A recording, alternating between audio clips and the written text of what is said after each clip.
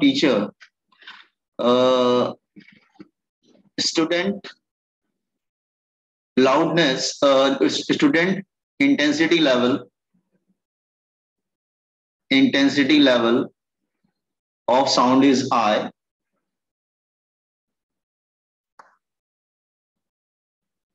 If 50 more students added to the class, if 50 more students added to the class,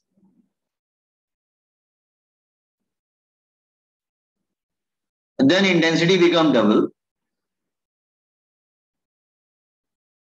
The intensity level of sound become double.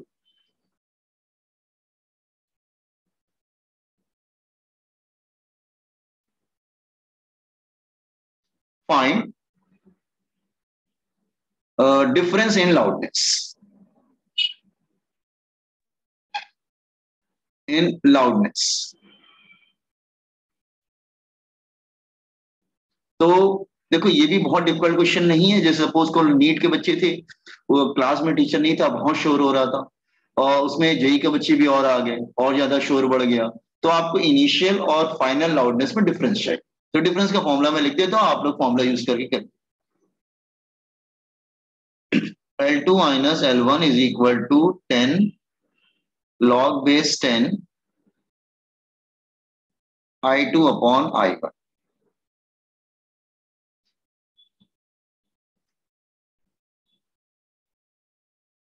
And loudness लिख, अच्छा एक काम करें, loudness भी लिख लेते हैं। And loudness is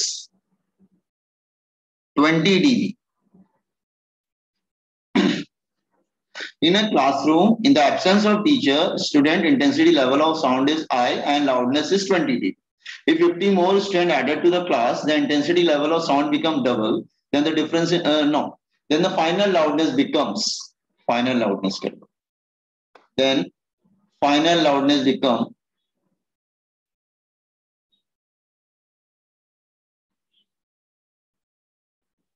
just do this question here.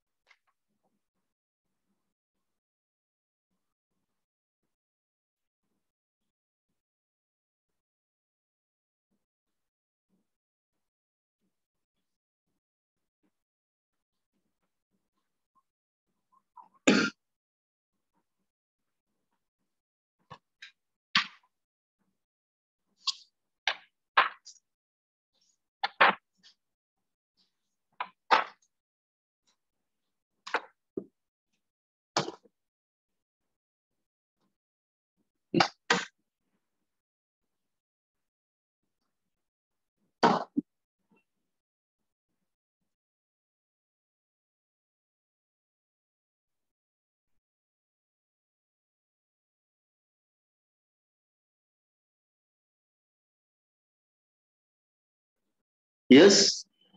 Are you trying now?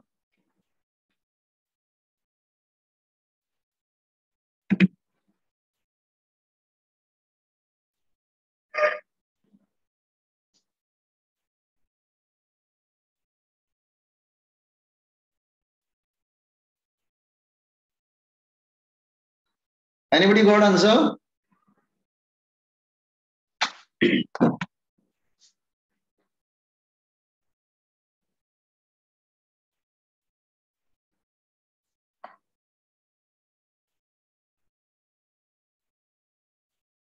Yes, anybody, you're trying now, everyone?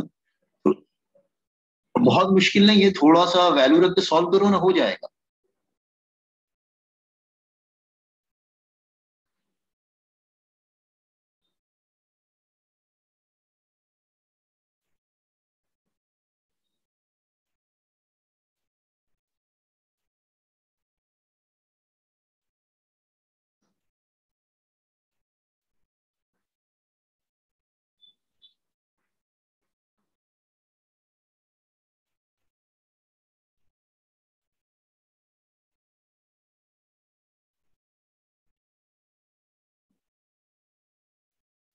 अच्छा, वैल्यू रखा बॉयज एंड गर्ल्स हमने, मैं भी वैल्यू रख देता हूं आप लोग के सामने। Just here L2 minus 20 is equal to 10। इतना टाइम क्यों लग रहा है, इसका मतलब आप लोग फिर नहीं समझ में आ रहा आप लोग को। इंटेंसिटी डबल हो रही है ना बेटा, तो पहले आई था तो बाद में क्या हो जाएगा 2i। आप सॉल्व कर पाएंगे कि नहीं?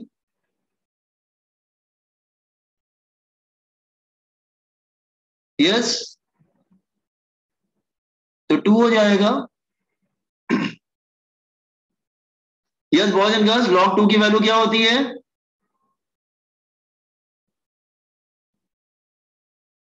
अरे log 2 की वैल्यू, log 2 याद होना चाहिए आपको। log टेबल में देख लो log 2 की वैल्यू क्या होती है। log 2 की वैल्यू से याद रखना चाहिए तुमको। log 2 फेमस है। log 2 की वैल्यू होती है, क्या होती है? 0.3।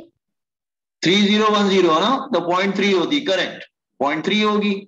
तो आप ये ले लेंगे फिर, तो आ जाएगा ना आंसर। अब तो आ गया आपका answer. L2 minus 20 is equal to 10। ये कितना होगा 0.3010। सिंप्लीफाई कर लो तो L2 कितना हो जाएगा 20 इधर आ जाएगा, दैट इज प्लस, तो 30 हो जाएगा, नहीं 3 हो जाएगा ना, 3.010 ही होगा। हाँ, then 23.010 dB। Got this one? log 2 की वैल्यू याद रखना 0.3010। log 2 काफी फेमस है कॉम्पिटिटिव के लिए। सारे log की वैल्यू याद मत करना, log 2 याद रखना बस, या तो न्यूमेरिकल में दे देगा log 2 की वैल्यू।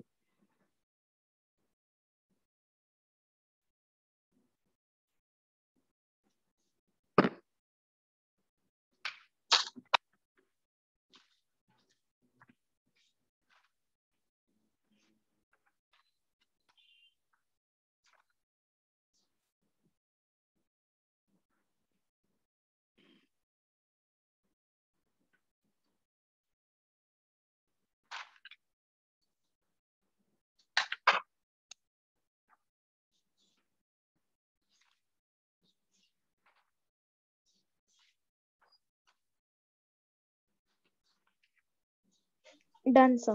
ओके, तो आई होप आप लोग इस पे न्यूमेरिकल अगर आएगा तो you can go for it. ठीक है, आप इसको सॉल्व कर सकते हैं, कोई प्रॉब्लम नहीं होनी चाहिए।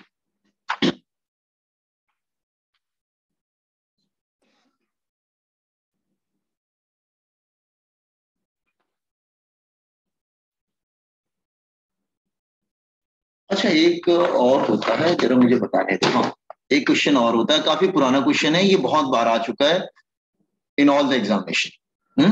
तो मैं समझाने की कोशिश कर रहा हूँ, ट्यूनिंग फॉर्क पे आता है बेसिक। ट्यूनिंग फॉर्क अगर करा होगा तो बता देना, मैं स्किप कर जाऊंगा। बहुत सारे ट्यूनिंग फॉर्क अरेंज किए जाते हैं either ascending or descending order. Let's say कितने अरेंज किए गए, N, N number of tuning fork. हाँ, और ये फर्स्ट है ट्यूनिंग फॉर्क, और ये लास्ट ट्यूनिंग फॉर्क है। किया है boys and girls? No sir. Okay, now no sir. अच्छा, इनके बिटवीन जो बीट, बीट मतलब डिफरेंस, बीट मतलब डिफरेंस, हाँ, बीट मतलब डिफरेंस होता है। तो इनके बिटवीन बीट दे रखा है, बीट मतलब डिफरेंस होता है, याद रखना बीट का मतलब difference, difference in frequencies n2 minus n1। Let's say difference D का दे रखा है, that is the common difference, सब में दे रखा है इस तरह से, लाइक कॉमन डिफरेंस।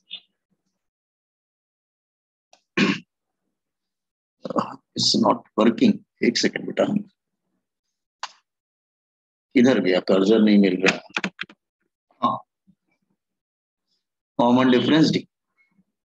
अच्छा, फर्स्ट का फ्रीक्वेंसी दे रखा है,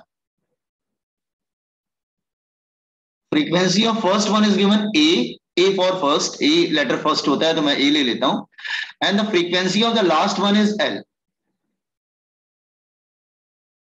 L for last. तो A क्या है? Frequency of first tuning fork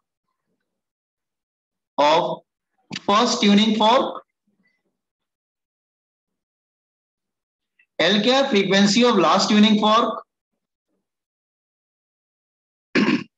Last tuning fork. D क्या है? Common difference.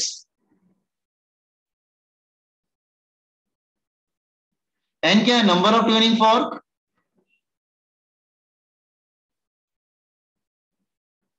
अच्छा बेटा ये एपी सीरीज हो गया ना, ये एपी सीरीज हो गया ना।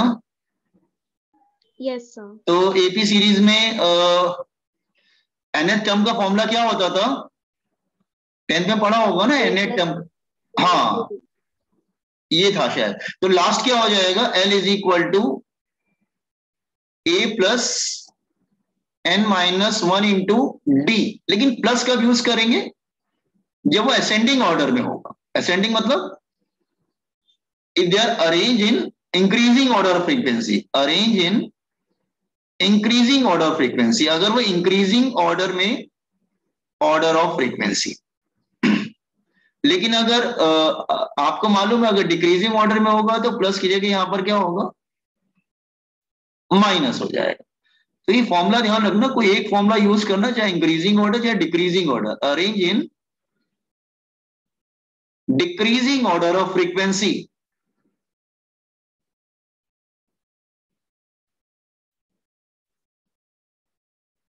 Is it clear?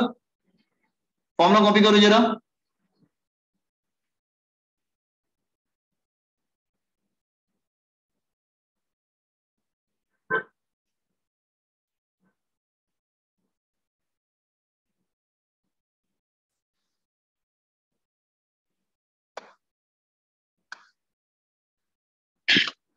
अच्छा एक वर्ड याद रखना, ये कुछ वर्ड बता रहा हूं, to learn it. Unison. Unison का मतलब होता है 1:1। अगर बोलते हैं frequencies are in unison, are in unison, unison या जो भी प्रोनाउंस कर लीजिए, 1:1। Is it clear? अच्छा कॉपी कर लिया ना आपने? ऊपर स्क्रॉल करो थोड़ा सा। हाँ अगर बोलता है ऑक्टेव तो ये 2:1 होगा, ये ध्यान रखना। ऑक्टेव वाला ज्यादा आता है, बच्चे गलती क्या करते हैं ऑक्टेव को 8 ले लेते हैं। 8 नहीं होता है बेटा, वो 2:1 होता है ऑक्टेव। Unison 1:1, Octave 2:1। ये बात ध्यान रखिएगा आप लोग व्हाइल डूइंग न्यूमेरिकल।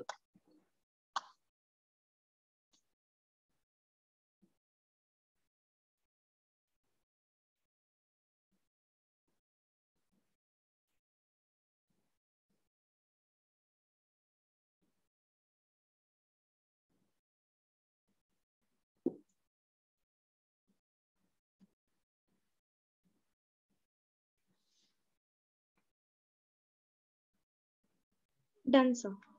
ये ध्यान रखना, ये यूनिसन और ऑक्टेव ध्यान रखना, ठीक है? इस पे न्यूमेरिकल बहुत आता है इन ऑल द एग्जामिनेशन, ये ध्यान रखिएगा, ठीक है? चलो एक काम करिए, सुनो ना, तुम लोग क्या करो ना, ऑसिलेशन के भी फॉर्मूले जरा याद कर लीजिए। हाँ तो हम लोग क्या करेंगे ना, ऑसिलेशन पे भी कुछ नए नए न्यूमेरिकल करेंगे जो आपने नहीं किए हों।